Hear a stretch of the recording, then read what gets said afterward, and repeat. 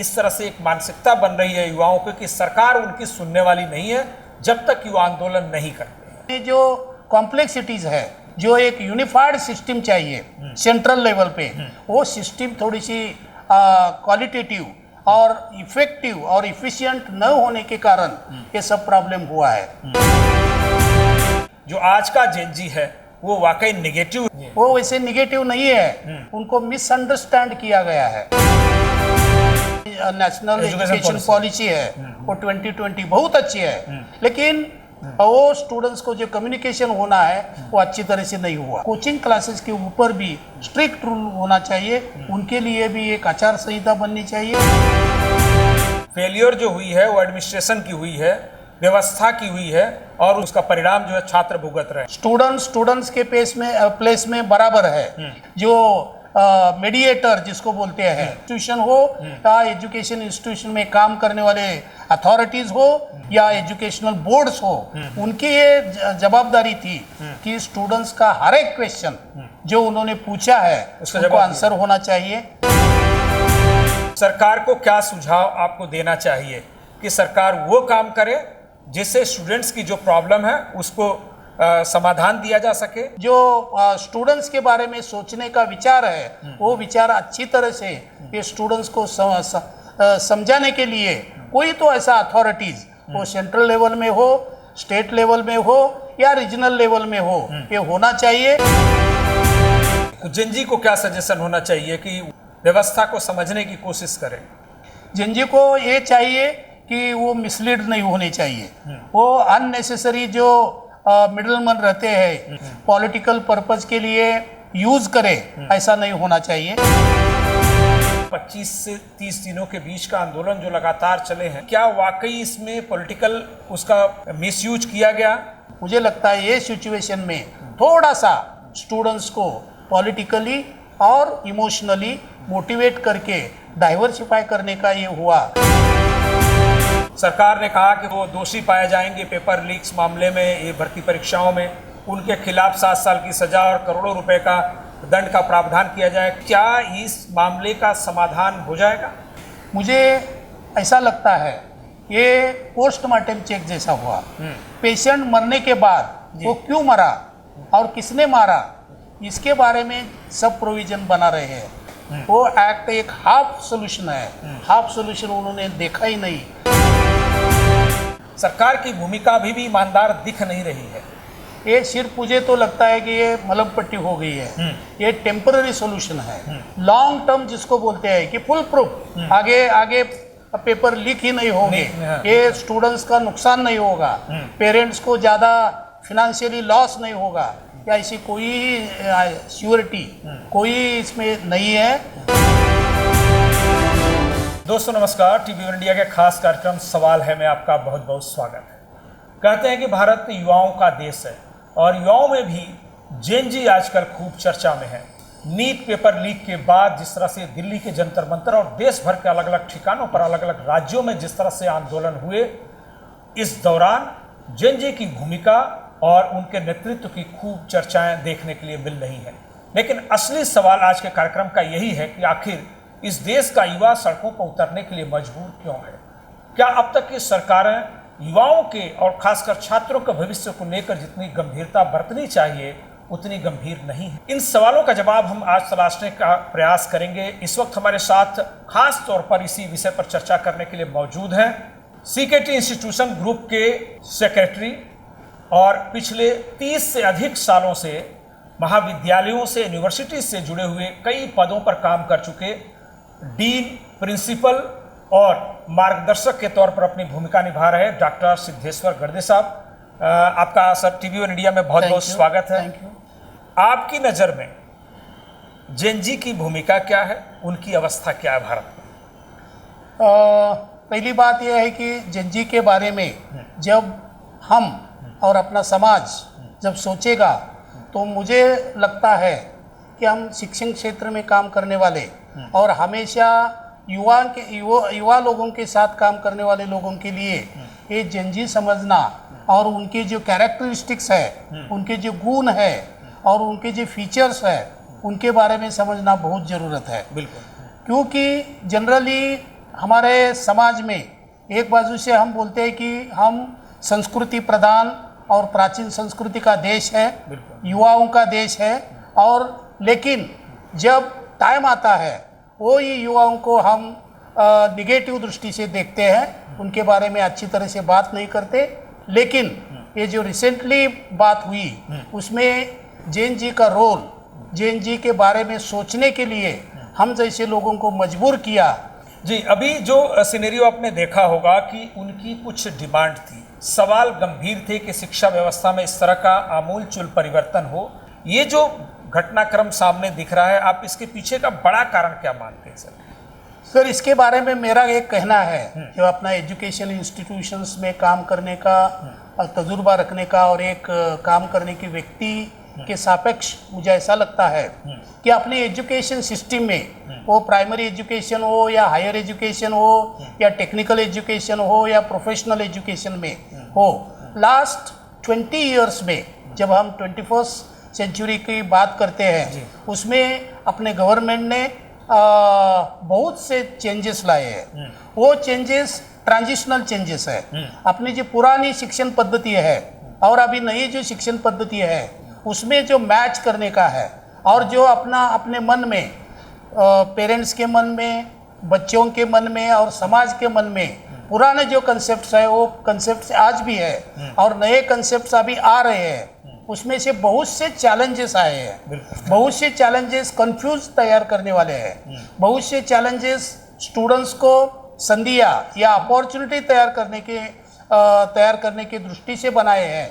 लेकिन उसका अंडरस्टैंडिंग करना, उनके कॉम्प्लेक्सिटीज़ को समझना और उसका अच्छी तरह से और ऑथेंटिकेट इम्प्लीमेंटेशन करने की ज़रूरत है। उसमें थोड़ी सी खटास आने से और उसका प्रॉब्लम्स आने से ये बात हुई है, ऐसा मुझे लगता है। देखा होगा आपने, तमाम लोगों ने छात्र आंदोलनों पर सवाल उठाया। क्या वाकई आपको लगता है कि जो आज का जेन जी है वो वाकई नेगेटिव है और वो समझ नहीं रहा है समाज को या सरकार को या उसको नीतियों को नहीं समझ पा रहा है? इसके बारे में मेरा विचार थोड़ा सा अलग सा है, और ये जो इंसिडेंस हुआ उसके ओर से पॉजिटिवली देखना चाहिए। देखिए, लोकशाही में, डेमोक्रेसी में किसी को भी अपने बारे में या सामने का जो सिचुएशन है उसके बारे में क्वेश्चन पूछना और उनका आंसर उनको पूछना, हासिल करना, ये बहुत ज़रूरत है। और अभी समाज में या एजुकेशन फील्ड में जो प्रॉब्लम्स तैयार हुए हैं उसके बारे में क्वेश्चन पूछने की जो उन्होंने प्रयास किया, वो प्रयासों को अच्छी तरह से टैकल नहीं किया, ऐसा मुझे लगता है। और वो टैकल न होने से उनका जो गुस्सा है, उनकी जो रिएक्शन है, जिसको हम स्पॉन्टेनियस रिएक्शन बोलते हैं, वो रिएक्शन से ये इंसिडेंस हुआ है। अदरवाइज उनको मिसअंडरस्टैंड किया गया है। वो वैसे निगेटिव नहीं है। उनको अपने समाज के बारे में, अपने डेमोक्रेसी के बारे में, अपने इंडिया का जो फीचर्स है उसके बारे में highly they are obliged, they are happy with that. लेकिन जो सिचुएशन बनी है वो सिचुएशंस को निकालने के लिए और उसमें सुधार लाने के लिए उन्होंने ये कदम उठाया, ऐसा मुझे लगता है। सरकार बार बार, चाहे इस बार की सरकार हो या पहले की सरकार, हम हमेशा देखते रहे हैं कि युवाओं के, यूथ के मुद्दे को सरकारें उदासीन रहती हैं। क्या आपको लगता है कि इस तरह से एक मानसिकता बन रही है युवाओं को कि सरकार उनकी सुनने वाली नहीं है जब तक युवा आंदोलन नहीं करते हैं? देखिए, अपना देश इतना बड़ा है, उसमें इतने कॉम्प्लेक्सिटीज है, इतनी वैरायटी है। वो वैरायटी भाषा में हो, रिजर्वेशंस की सिस्टम से हो, लैंग्वेज उसका एजुकेशन में हो, हर एक स्टेट का अलग माहौल हो, ये सब के बारे में जो कॉम्प्लेक्सिटीज़ है, सब के बारे में जो वैरायटी है, उसको टैकल करने के लिए जो एक यूनिफाइड सिस्टम चाहिए सेंट्रल लेवल पे, वो सिस्टम थोड़ी सी क्वालिटेटिव और इफेक्टिव और इफिशिएंट न होने के कारण ये सब प्रॉब्लम हुआ है। गवर्नमेंट का जो पर्पज़ है वो ठीक ही है, उनका जो रवैया है वो ठीक ही है, लेकिन उनका जो आउटकम है, जो सिस्टम का आउटकम है, अभी नया नेशनल एजुकेशन पॉलिसी है वो 2020 बहुत अच्छी है, लेकिन जो पॉलिसी ऑन पेपर बहुत अच्छी है, लेकिन उसका इम्प्लीमेंटेशन जो एजेंसी या जो अथॉरिटीज़ करने वाले हैं उन्होंने उसके बारे में एक तो डिले किया, दूसरा डिले के बारे में जो कम्युनिकेशन होना चाहिए अल्टीमेट यूज़र को, जो स्टूडेंट्स बोलते हैं हमें, और वो स्टूडेंट्स को जो कम्युनिकेशन होना है वो अच्छी तरह से नहीं हुआ। उनको लगा कि हमारे ऊपर ये बोझ डाला गया है, हमारे ऊपर ये अकारण प्राइवेटाइजेशन करके या नई नई एजेंसी बना के हमें वो सता रहे हैं। ये जो उनके प्रॉब्लम्स है वो प्रॉब्लम्स ये गवर्नमेंट के लोगों ने या हमारे एजुकेशन के फील्ड में जो अथॉरिटीज़ है, वाइस चांसलर हो या कमिश्नर्स हो और एजुकेशन मिनिस्टर्स हो और उनके कुछ डिफरेंट जो अथॉरिटीज़ बनाए वो हो, उन्होंने वो टैकल करना चाहिए था, टाइमली करना चाहिए था। उसमें डिले हुआ, उसमें वो अच्छी तरह से सक्सेसफुल नहीं हुए। फेलियर जो हुई है वो एडमिनिस्ट्रेशन की हुई है, व्यवस्था की हुई है, और उसके दोषी जो है वो छात्र, उसका दोष जो उसका परिणाम जो है छात्र भुगत रहे हैं। हाँ, इसमें मुझे लगता है गवर्नमेंट के प्लेस में राइट है, स्टूडेंट्स के प्लेस में बराबर है, लेकिन वो दोनों में रिकन्सिलिएशन, दोनों में जो जिसको मिलाप बोलते हैं उनके विचारों में करने में जो मीडिएटर जिसको बोलते हैं, जो सिस्टम्स बोलते हैं, व्यवस्था एजुकेशन इंस्टीट्यूशन हो या एजुकेशन इंस्टीट्यूशन में काम करने वाले अथॉरिटीज़ हो या गवर्नमेंट में काम करने वाले अथॉरिटीज़ हो या यूनिवर्सिटी हो, एजुकेशनल इंस्टीट्यूशन हो या एजुकेशनल बोर्ड्स हो, उनकी ये जवाबदारी थी कि स्टूडेंट्स का हर एक क्वेश्चन जो उन्होंने पूछा है उसको आंसर होना चाहिए।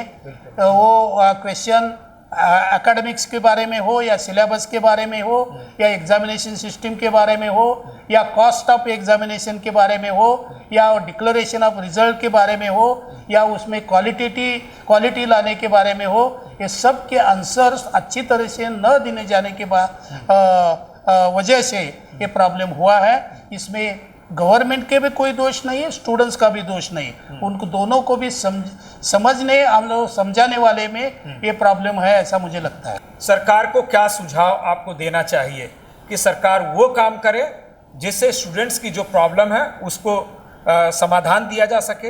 वो जंजी का जो स्पिरिट है, जंजी की जो ताकत है, वो ताकत ये एजुकेशन सिस्टम इम्प्रूवमेंट होने के लिए मैं ऐसा बोल सकता हूँ कि उनको अंडरस्टैंड करना चाहिए, वो क्या सोचते हैं, उनकी भावना क्या है। उनको गलत समझने से ये प्रॉब्लम छूटेगा नहीं, वो ये प्रॉब्लम बढ़ेगा।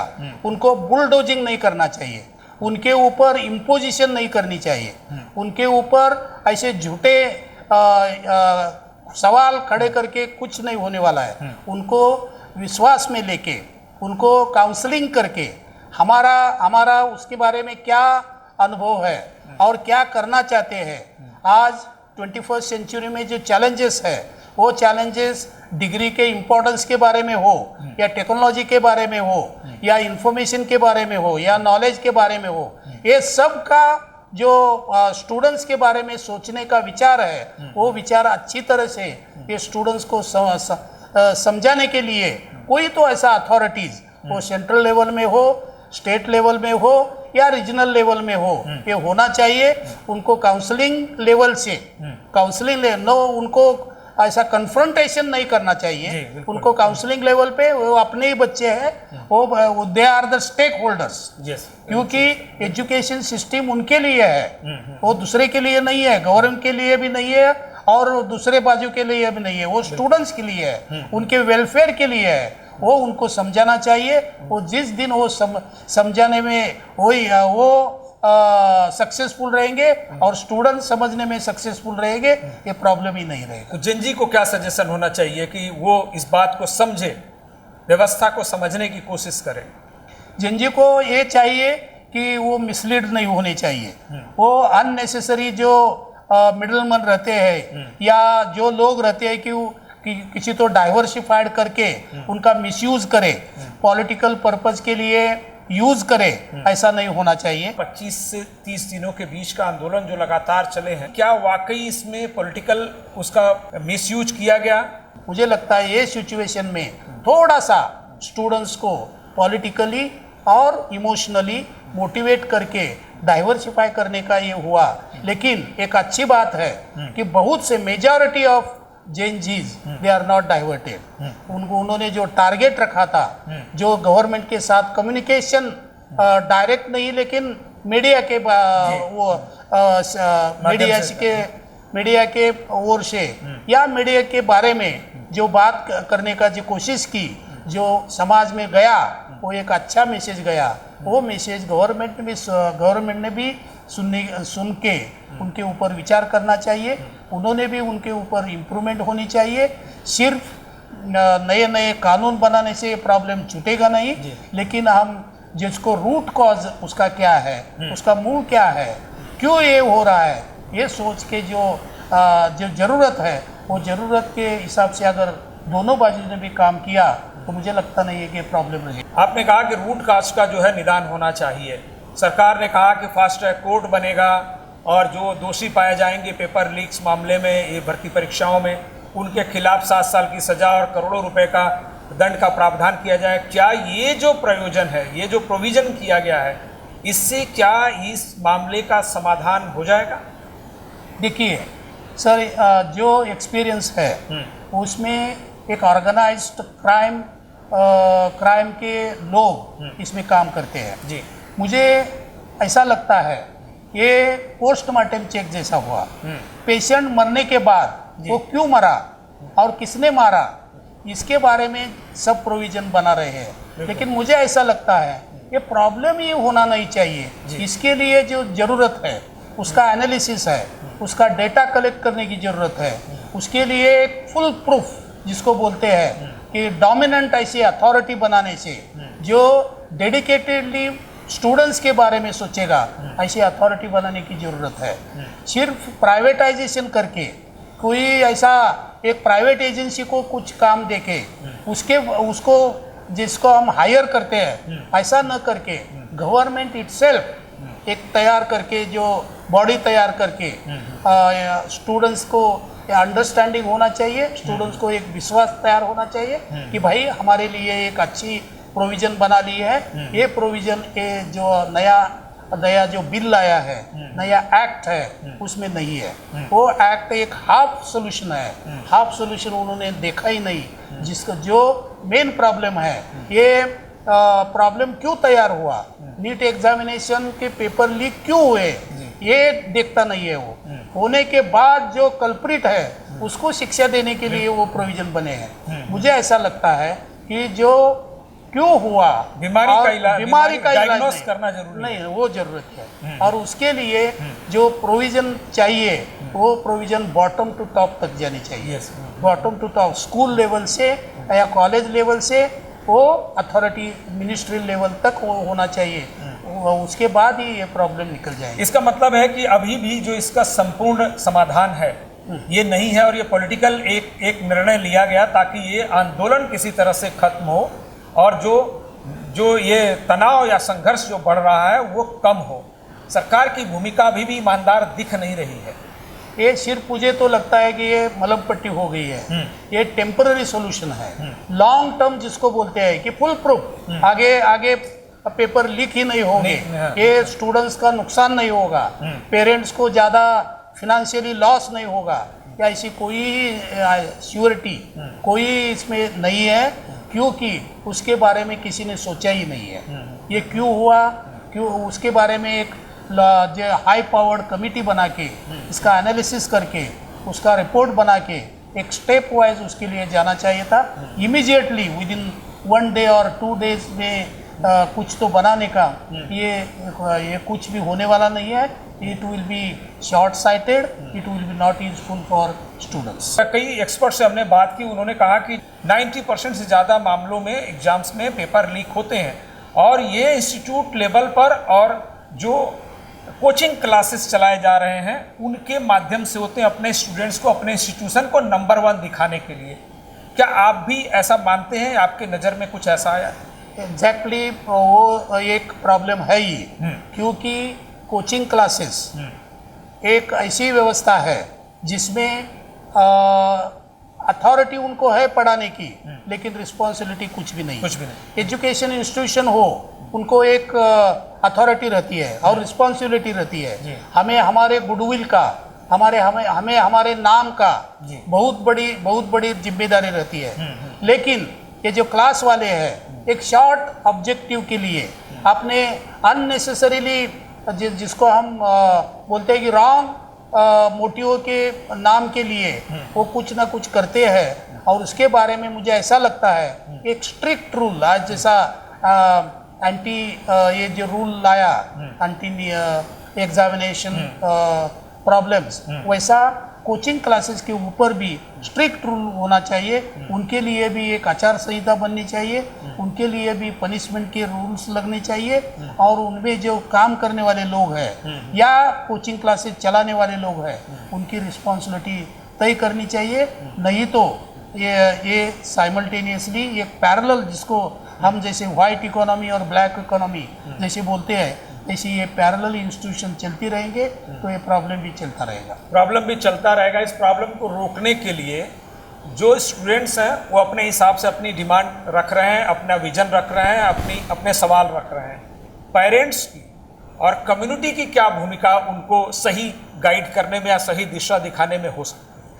क्या हुआ है सर, आज अपना समाज इतना बदल गया है। हर एक पेरेंट को लगता है मेरा बच्चा इंजीनियर हो, मेरा बच्चा डॉक्टर हो, मेरा बच्चा कोई तो गवर्नमेंट का ऑफिसर हो, आईएएस हो, आईपीएस हो या कुछ ऐसा एडमिनिस्ट्रेटिव लेवल पे काम करने के लिए उनकी जो एबिलिटी है, एबिलिटी टू लर्न उसके बोलते हैं, वो देखता नहीं। उनकी फिजिकल एबिलिटी, उसकी मेंटल एबिलिटी, उनकी साइकोलॉजी, अपना जो इकोसिस्टम वो देखते नहीं। सिर्फ पैसा पैसा या पैसा वो उसके बारे में सोचने की वजह से उनकी लेवल न देखने की वजह से ये सब हो रहा है। जिनके पास पैसा है, जिसके बच्चे मिडोक्राट है, उनको भी लगता है कि मेरा बच्चा डॉक्टर होना चाहिए और वो डॉक्टर बनाने के लिए जो सिचुएशन अवेलेबल है उनके पीछे वो भाग जाते हैं और उसमें से वो ऐसे विशियस जो अननेसेसरी प्रॉब्लम्स है जो हमारे देश के लिए भी घातक है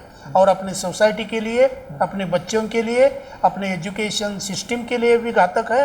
वो पेरेंट्स ने भी समझना चाहिए कि भाई मेरा बच्चा ये लेवल का है, ये लेवल के ही एजुकेशन सिस्टम में वो जाना चाहिए।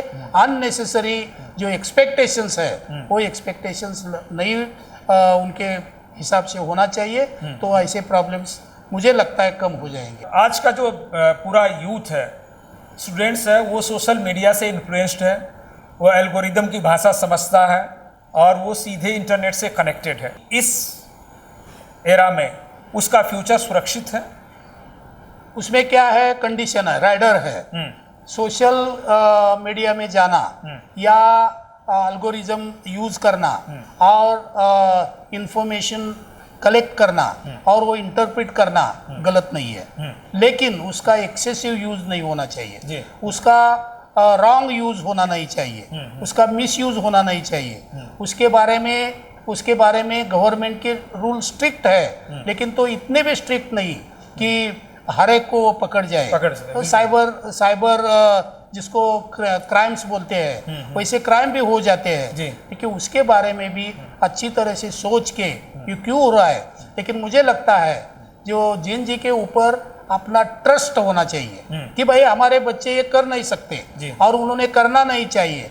ये ट्रस्ट बढ़ाने के लिए जो समाज में काम करने वाले जो NGOs है, जो पॉलिटिकल लीडर्स है, एजुकेशनल लीडर्स है, या सब ने मिल के एकजुट करके अगर काम किया तो ये कम हो जाए। अभिजीत दीपके एक नया चेहरा बन के युवाओं का देश में उभर गए और उसके बाद पूरे हिंदुस्तान के छात्रों और युवाओं ने उन्हें अपना समर्थन दिया। क्या ये नई राजनीति का नया चेहरा है? उसके लिए भी हमें वेट एंड वॉच करना पड़ेगा, बिकॉज एक इंसिडेंस के लिए और एक इवेंट के लिए अल्टीमेट हमने बोलना नहीं चाहिए कि ही इज़ गुड और बैड उसका, क्योंकि पॉलिटिक्स ऐसा डे और 2 डेज का होता नहीं है। उसका इफ़ेक्ट अपने स्टूडेंट्स के ऊपर, अपने सिस्टम्स के ऊपर, अपने इम्प्रूवमेंट के ऊपर कितना है वो देखना पड़ेगा। और 1 साल 2 साल में उसका बिहेवियर क्या रहता है, क्योंकि आज जी अपने देश में पॉलिटिक्स इतना फ्लुएंट हो गया है, इतना फ्लेक्सिबल हुआ है, जो आज है वो कल नहीं है, कल है वो परसों नहीं है। वो सब देख के बाद में उनके बारे में कमेंट करना अच्छा रहेगा। एजुकेशन सिस्टम बड़े पैमाने पर कमर्शियलाइजेशन हो रहा है, इसका इम्पैक्ट पूरे एजुकेशन सिस्टम पर पड़ रहा है। इससे गांव और देहात के बच्चे वाकई एजुकेशन नहीं ले पाएंगे। क्या ये सच है? देखिए सर, गवर्नमेंट इटसेल्फ ये सब कर नहीं सकते। प्राइवेटाइजेशन पार्शियली होना ही चाहिए, लेकिन एक्सेसिव प्राइवेटाइजेशन नहीं होना चाहिए। जो इंस्टीट्यूशन अच्छे हैं, जो इंस्टीट्यूशंस थोड़ा जिसको सोशल अवेयरनेस और फिलॉन्थ्रोपिक अवेयरनेस करके काम कर रहे हैं, उनके ऊपर हमने भरोसा करना चाहिए। प्राइवेटाइजेशन कंप्लीट ये बुरा है ऐसा नहीं है, लेकिन अच्छे प्राइवेटाइजेशन के लिए गवर्नमेंट ने भी रूल स्ट्रिक्ट करने चाहिए। जो प्राइवेट इंस्टीट्यूशंस गलती कर रहे हैं उनके ऊपर बैन होना चाहिए, उनके ऊपर ज़्यादा से ज़्यादा गवर्नमेंट का कंट्रोल होना चाहिए और इम्प्रूवमेंट के बारे में सोचना चाहिए। सरकार को एक मैसेज क्या देना चाहेंगे, केंद्र सरकार को, राज्य सरकार को? गवर्नमेंट ने भी सोचना चाहिए कि हमें लॉन्ग टर्म प्लानिंग करके, आज हम है कल दूसरे आने वाले हैं, ये सोच के लॉन्ग टर्म पर्सपेक्टिव से प्लानिंग करके समाज के लिए या एजुकेशन सिस्टम के लिए या ओवरऑल अपने इकोसिस्टम के लिए काम करना चाहिए। सिर्फ शॉर्ट साइटेड सक्सेस या शॉर्ट साइटेड फेल्यूर ये देख के कुछ भी रिएक्शन बैड या गुड गवर्नमेंट ने भी नहीं देनी चाहिए। ये सही बात है कि आज प्रॉब्लम है और इस प्रॉब्लम के समाधान के लिए सरकार को जेन जी की मानसिकता और उसकी समस्याओं को समझना बेहद जरूरी है। अगर आप उन्हें दुश्मन समझेंगे या विरोधी समझेंगे और ये समझेंगे कि ये सिर्फ अपने फायदे के लिए संघर्ष कर रहे हैं, तो कभी भी उनके मुद्दों का समाधान नहीं होगा। हम उम्मीद करते हैं कि हम इस सकारात्मक भावना के साथ छात्रों और युवाओं के बारे में सोचेंगे और जेन जी को दुश्मन नहीं, संवाद का रास्ता अपनाते हुए उसे अपना सहयोगी, अपना दोस्त समझते हुए हमें आगे बढ़ाने का प्रयास करेंगे। और बात रही जब पेपर लीक की, असल बीमारी को डायग्नोस करने की और उसके बाद उसका रूट लेवल से उसका समाधान देने की कोशिश ही नीट जैसे पेपर लीक मामले का जो फुल प्रूफ या शाश्वत समाधान जो है दे सकती है। सरकार इस पर कितना गंभीरता अपनाएगी ये देखने वाली बात होगी। आज की बातचीत में बस इतना ही। दीजिए हमें इजाजत, लेकिन ताज़ा तरीन खबरों के लिए देखते रहिए TV1 India live. Latest updates और ताजा तरीन खबरों के लिए TV1 इंडिया लाइव को सब्सक्राइब कीजिए और नोटिफिकेशन पाने के लिए बेल आइकॉन को दबाना मत भूलिए।